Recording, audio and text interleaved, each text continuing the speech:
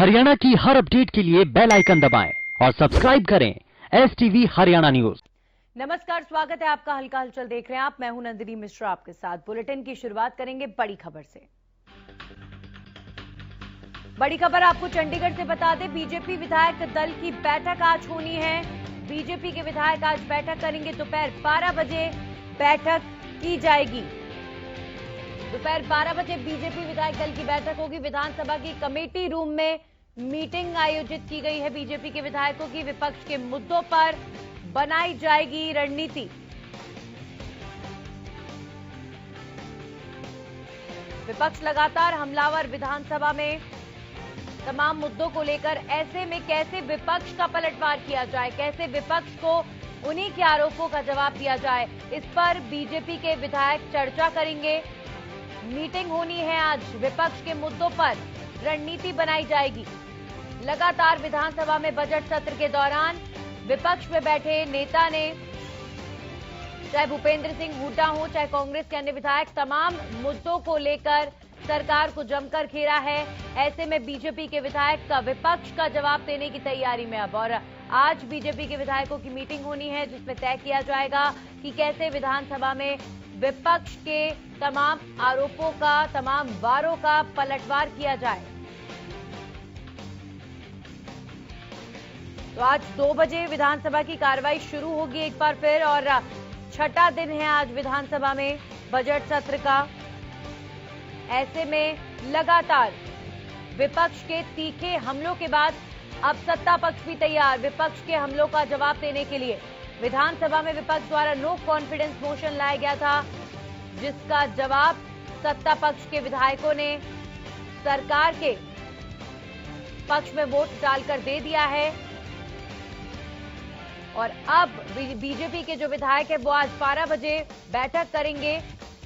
बैठक करके तय किया जाएगा कि कैसे विपक्ष के आरोपों का जवाब दिया जाए। विधानसभा के कमेटी रूम में बीजेपी विधायक दल की बैठक होगी आज। 2 बजे विधानसभा की कार्रवाई शुरू होगी और 12 बजे बीजेपी विधायक दल की बैठक होगी।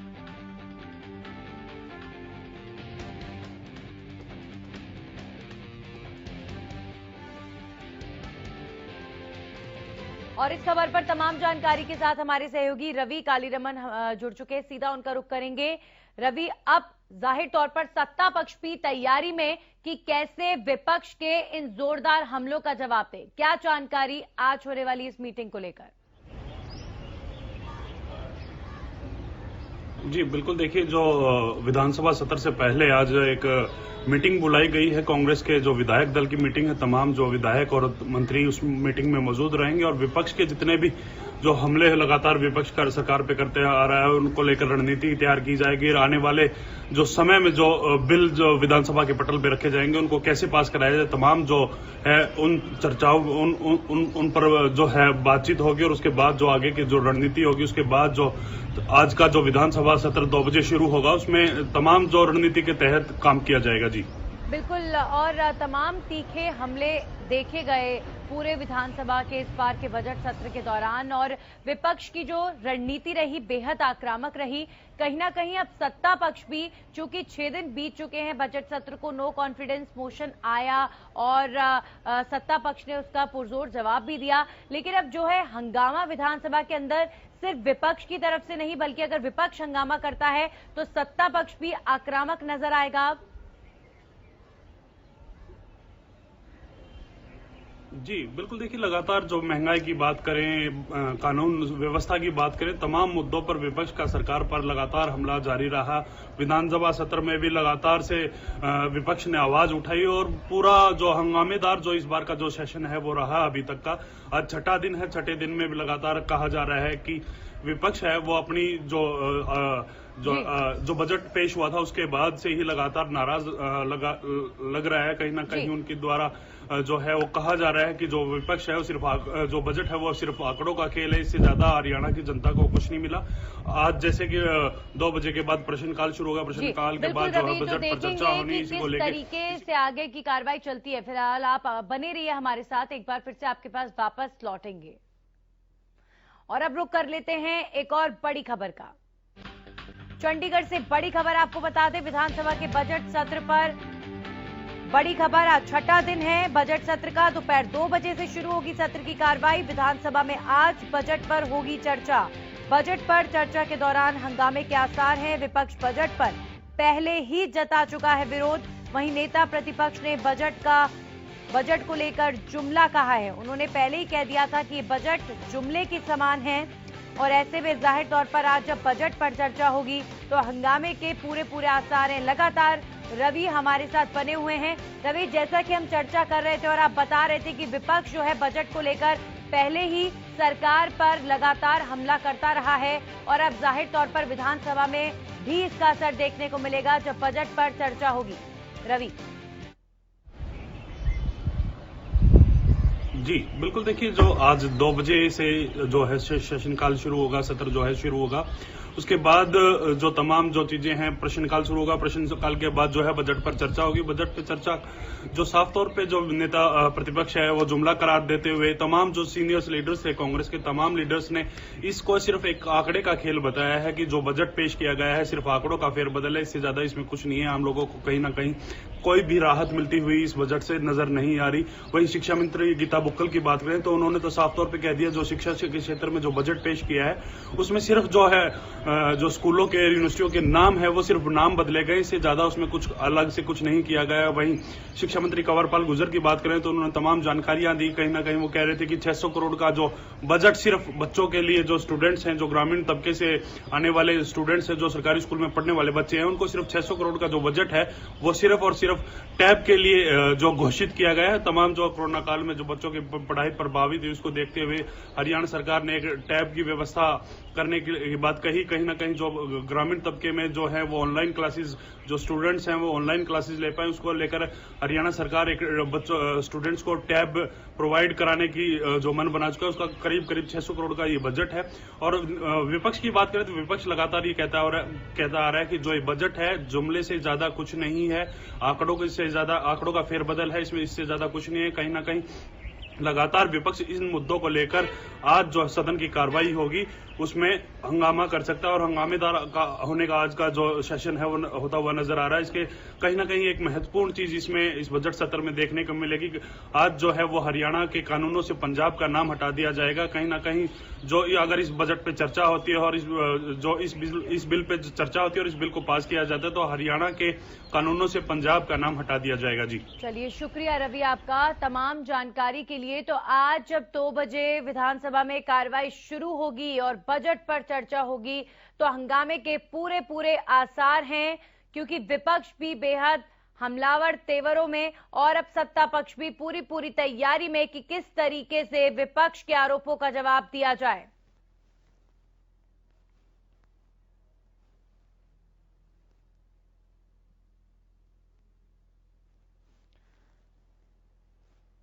तो विधानसभा के बजट सत्र का छठा दिन है आज और 2 बजे से शुरू होगी सत्र की कार्रवाई। विधानसभा में आज बजट पर चर्चा होनी है। वहीं विपक्ष बजट पर पहले ही जता चुका है विरोध। नेता प्रतिपक्ष ने बजट को जुमला करार दिया था।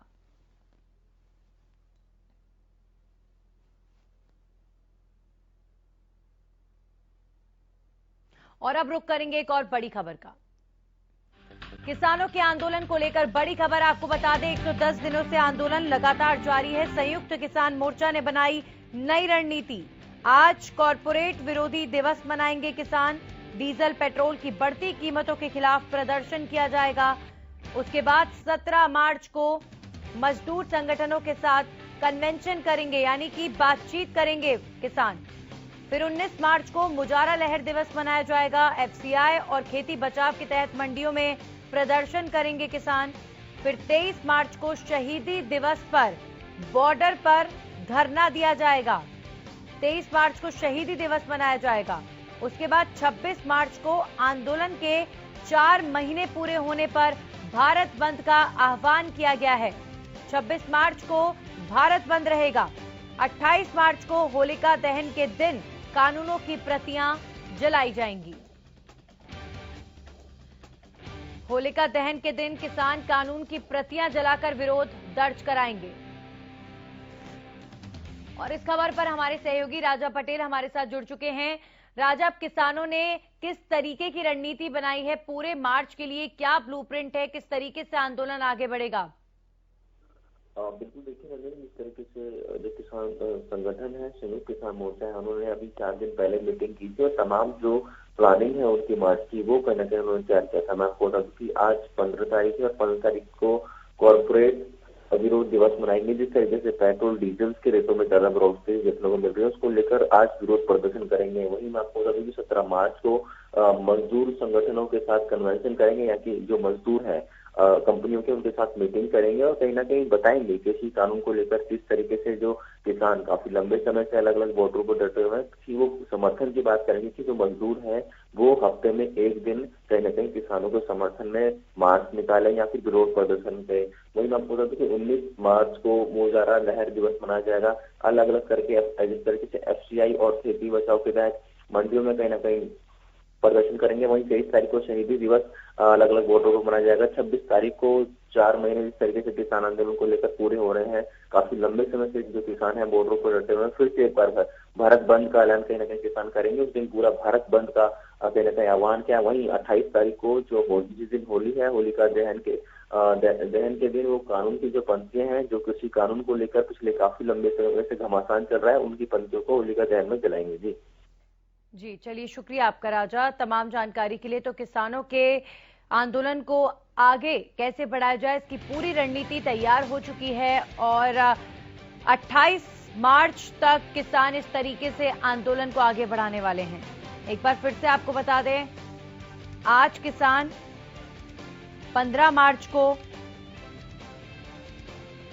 कॉरपोरेट विरोधी दिवस मना रहे हैं। डीजल पेट्रोल की बढ़ती कीमतों के खिलाफ किसान प्रदर्शन करेंगे। इसके अलावा आपको बता दें, 17 मार्च को किसान मजदूर संगठनों के साथ कन्वेंशन करेंगे, यानी बातचीत करेंगे। 19 मार्च को मुजाहरा लहर दिवस मनाया जाएगा। FCI और खेती बचाव के तहत मंडियों में प्रदर्शन करेंगे। फिर 23 मार्च को शहीदी दिवस पर बॉर्डर पर धरना देंगे किसान। 26 मार्च को आंदोलन के 4 महीने पूरे होने पर भारत बंद का आह्वान किया गया है और फिर 28 मार्च को होलिका दहन के दिन कानूनों की प्रतियां जलाई जाएंगी।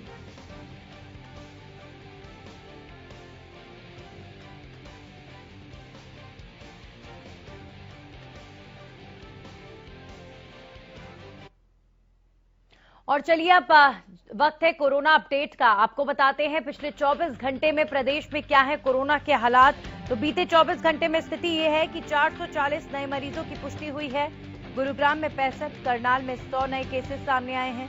वहीं कुरुक्षेत्र में 54 और पंचकुला में 47 नए मामलों की पुष्टि हुई है। अंबाला में 49 और फरीदाबाद में 39 नए केसेस। प्रदेश में अब तक 3074 मरीजों की मौत हो चुकी है। वहीं हरियाणा में कुल 2,75,137 केसेस सामने आ चुके हैं। एक दिन में 296 मरीजों ने कोरोना को दी है मात। अब तक करीब 2,69,000 मरीज ठीक हो चुके हैं कोरोना से।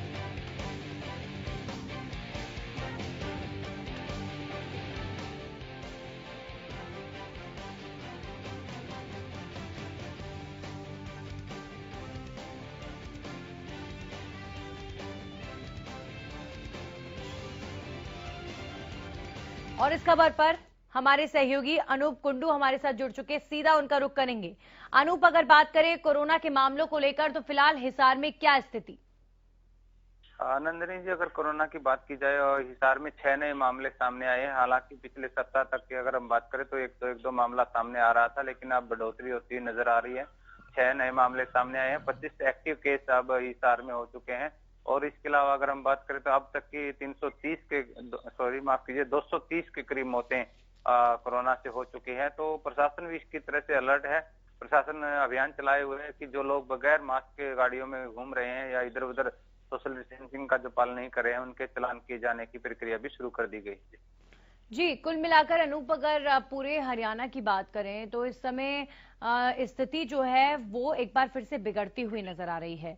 ये मामले कंट्रोल में आ चुके थे, अब मामले 400 से ज्यादा सामने आ रहे हैं। और जिस तरीके से पूरे देश में महाराष्ट्र और तमाम दूसरे प्रदेशों में स्थिति है, कहीं ना कहीं उसका असर अब हरियाणा पर पड़ता हुआ नजर आ रहा है। जी बिल्कुल, स्थिति लगातार बिगड़ती नजर आ रही है, क्योंकि हिसार के और आसपास के क्षेत्र की हम बात करें तो मामले लगातार बढ़ रहे हैं, चाहे वो एक एक करके ही बढ़ रहे हो।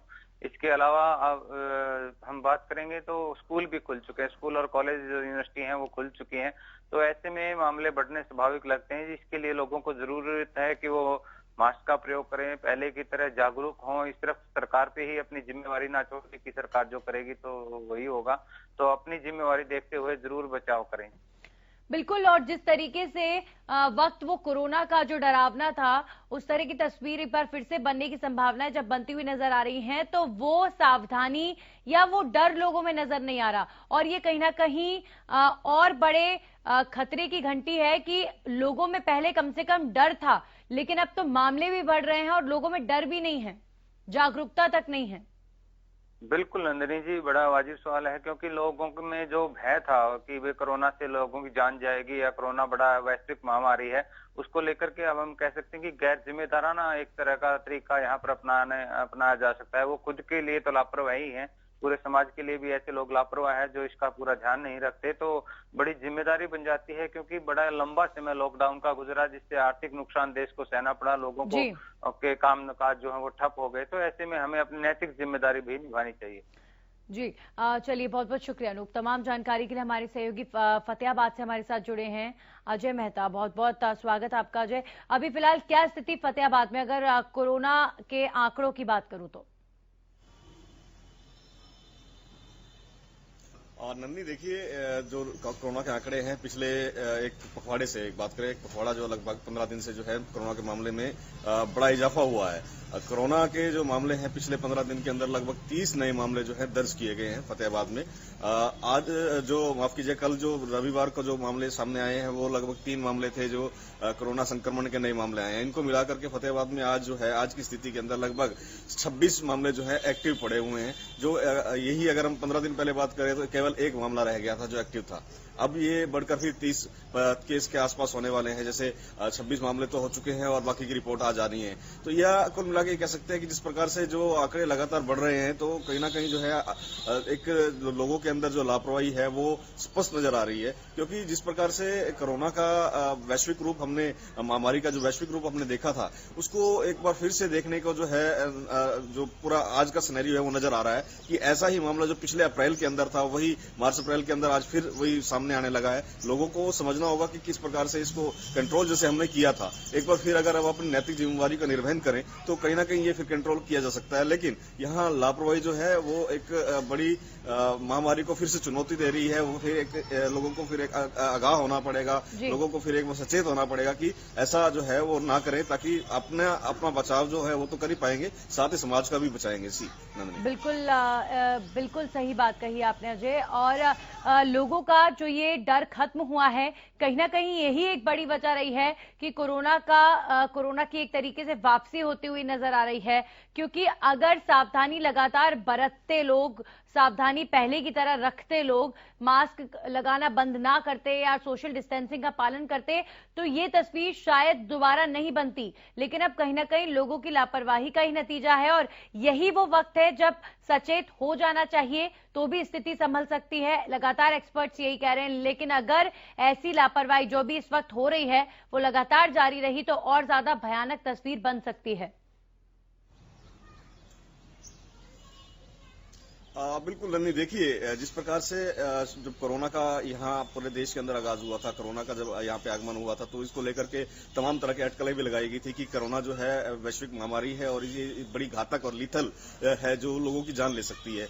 लोगों ने इस बात को समझा और इसको जो है कोविड प्रोटोकॉल की पालना भी की। हालांकि इसमें सरकार को और प्रशासन को सख्ती भी करनी पड़ी थी, लेकिन लोग समझ गए थे, लोगों ने बाहर निकलना बंद कर दिया था। लेकिन आज जो स्थिति है वो उसके विपरीत है, क्योंकि 3 महीने के अंतराल के अंदर जो कोरोना केसेस कम हुए तो लोगों को लगा था कोरोना जो है यहाँ से वाइंड अप हो चुका है और कोरोना खत्म हो चुका है। लेकिन स्थिति वैसी नहीं है, अब वो स्थिति बदलती जा रही है। अब सरकार भी और प्रशासन भी थोड़ा सख्त होता नजर तो आ रहा है। चालान भी काटे जा रहे हैं, जो बिना मास्क के लोगों को अवेयर भी किया जा रहा है। लेकिन जो लोग हैं वो अभी मानने को तैयार नहीं है और बड़ी संख्या के अंदर जो है जो मार्केट के अंदर निकलते हैं और क्राउड के अंदर निकलते हैं। लेकिन स्थिति जो है विस्फोटक ये हो सकती है, क्योंकि आज स्थिति ये है कि स्कूल्स और कॉलेजेस भी खुल चुके हैं और स्कूल के अंदर बड़ी संख्या के अंदर जो है बच्चे पढ़ने भी आ रहे हैं, क्योंकि 1 साल का बड़ा पीरियड था जब बच्चे जो स्कूल से दूर रहे थे। आपने देखा कि हमारे जो हरियाणा के अंदर लगातार खबरें भी आ रही हैं कि करनाल के अंदर, कुरुक्षेत्र के अंदर और गुलाचिका के अंदर बड़े पैमाने पर जो बच्चे स्कूलों के अंदर भी इन्फेक्टेड मिल रहे हैं। अगर यही हालात रहे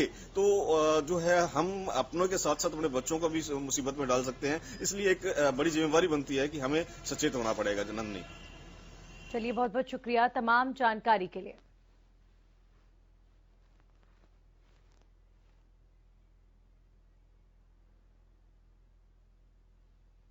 और इस खबर के साथ ही हल्का हलचल में फिलहाल के लिए